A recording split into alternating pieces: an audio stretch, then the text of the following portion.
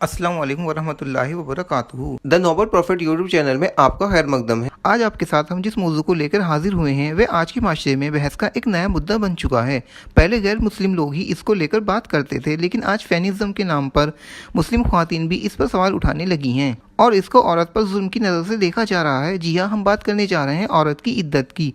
इस्लाम में शौहर के इंतकाल या शौहर से तलाक के बाद औरत को इद्दत में कुछ वक्त गुजारना होता है, जिसको लेकर आज ये कहा जाने लगा है कि ये औरत पर जुल्म है। आज की इस वीडियो में हम इद्दत से जुड़े 3 सवालों को जानने की कोशिश करेंगे। सवाल नंबर 1, इद्दत क्या है? सवाल नंबर 2, इद्दत कितने वक्त की होती है? और सवाल नंबर 3, औरत पर इद्दत की पाबंदी क्यों है जबकि मर्द पर ऐसी कोई पाबंदी नहीं है। चलिए अपने पहले सवाल की तरफ चलते हैं। वीडियो को शुरू करने से पहले आपसे रिक्वेस्ट है कि वीडियो को लाइक और चैनल को सब्सक्राइब करना ना भूलें।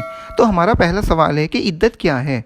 इस्लाम में इद्दत वह टाइम पीरियड है जिसमें एक औरत अपने शौहर के इंतकाल के बाद या उससे तलाक के बाद निकाह नहीं कर सकती। यानी अगर किसी भी औरत के शौहर की डेथ हो जाती है या उसको तलाक हो जाता है तो वह एक तयशुदा वक्त तक किसी और मर्द से निकाह नहीं कर सकती और इस वक्त को ही इद्दत कहा जाता है। और जब ये वक्त पूरा हो जाता है तो फिर उसको निकाह की इजाज़त है। अब अपने दूसरे सवाल की तरफ चलते हैं कि इद्दत की मियाद क्या है, यानी इद्दत का टाइम पीरियड कितना है। आम तौर पर इस्लाम में 3 तरह की इद्दत है। नंबर 1, एक बेवा यानी उस औरत की इद्दत जिसके शौहर का इंतकाल हो गया हो। बेवा औरत की इद्दत के ताल्लुक से अल्लाह सुब्हानहू व तआला सूरह बकरा की आयत नंबर 234 में फरमाता है, वल्लज़ीना यतवफ़्फ़ूना मिनकुम व यज़रूना अज़वाजम यतरबस्ना बिअन्फुसिहिन्ना अर्बाअतम अशहुरिम आशर।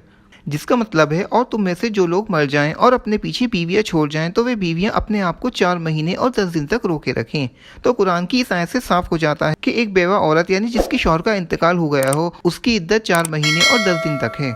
दूसरे नंबर पर आती है तलाकशुदा औरत की इद्दत। तलाकशुदा औरत की इद्दत के ताल्लुक से अल्लाह सुब्हानहू व तआला सूरह बकरा की आयत नंबर 228 में फरमाता है, वल मुतल्लकातु यतरबस्ना बिअन्फुसिहिन्ना सलासता कुरून। अल्लाह सुब्हानहू व तआला फरमा रहा है, और तलाकशुदा औरतें 3 हैज़ गुजरने तक अपने आप को रोके रखें। यानी जिस औरत को भी तलाक हो जाए तो उसकी इद्दत 3 मेंस्ट्रुअल साइकिल यानी 3 महीने तक है। और तीसरी इद्दत होती है हामिला औरत की इद्दत। अल्लाह सुब्हानहू व तआला सूरह तलाक में फरमाता है, व औलातु अल अहमाली अजलुहुन्ना अन यज़ा हमलहुन्ना, जिसका तर्जुमा है, और जो औरतें हमल से हों उनकी इद्दत उनके बच्चे की विलादत तक है। यानी तलाकशुदा और बेवा दोनों औरतों की इद्दत अगर वे प्रेग्नेंट है तो उनके बच्चे की डिलीवरी तक है। कुरान की इन आयतों से औरत की इद्दत की मियाद का पता चलता है।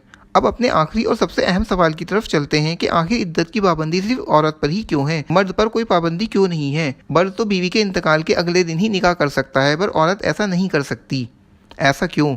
चलिए इसका जवाब जानने की कोशिश करते हैं। इद्दत का मकसद औरत के हमल और उस हमल के हकीकी बाप को पता लगाना है। औरत की पाक दामनी की हिफाजत करना है। अगर किसी औरत के शौहर का इंतकाल हो जाता है और वह प्रेग्नेंट हो और वह ये जाने बगैर किसी दूसरे मर्द से निकाह कर लेती है, तो एक तो उस बच्चे के असल वालिद का पता नहीं चल सकेगा, और अगर वो दूसरा निकाह नहीं करती और उसके शौहर के इंतकाल के बाद उसके हमल का पता चलता है तो उसकी पाक दामनी पर सवाल उठना लाजिम है। इसलिए अल्लाह सुब्हानहू व तआला ने 4 महीने 10 दिन मुकर्रर किए हैं। और आज मेडिकल साइंस भी ये साबित कर चुका है कि औरत की प्रेगनेंसी 16 से 20 हफ्ते के बीच में जाहिर होने लगती है। इसलिए अल्लाह सुब्हानहू व तआला ने औरत की हिफाजत के लिए इद्दत की मियाद रखी है, ताकि उसकी पाक दामनी पर कोई सवाल ना उठ सके और उसकी होने वाली औलाद के हकीकी वालिद का पता चल सके। वीडियो में बने रहने के लिए शुक्रिया। वीडियो इन्फॉर्मेटिव लगा हो तो वीडियो को लाइक और चैनल को सब्सक्राइब करना ना भूलें। दीन से जुड़े किसी भी सवाल के लिए आप हमारे ईमेल एड्रेस ask@thenobelprophet.com पर मेल कर सकते हैं या हमारी वेबसाइट www.thenobelprophet.com पर विजिट कर सकते हैं।